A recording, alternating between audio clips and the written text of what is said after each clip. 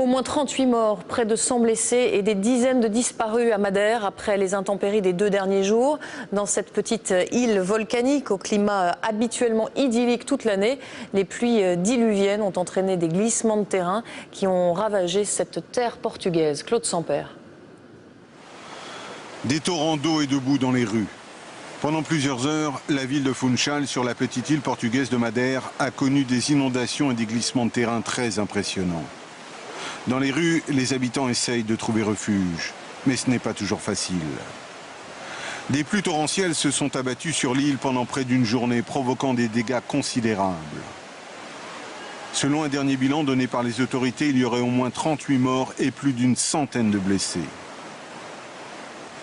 L'île de Madère est très montagneuse. C'est une île volcanique, un petit paradis en temps normal. Les pluies ont raviné les flancs de collines et des tonnes de terre ont glissé sur les maisons en contrebas. Il faudra plusieurs jours pour fouiller toutes les zones touchées et vérifier qu'il n'y a pas d'autres victimes. Lisbonne, la capitale du Portugal, a lancé un appel à l'aide à l'Europe.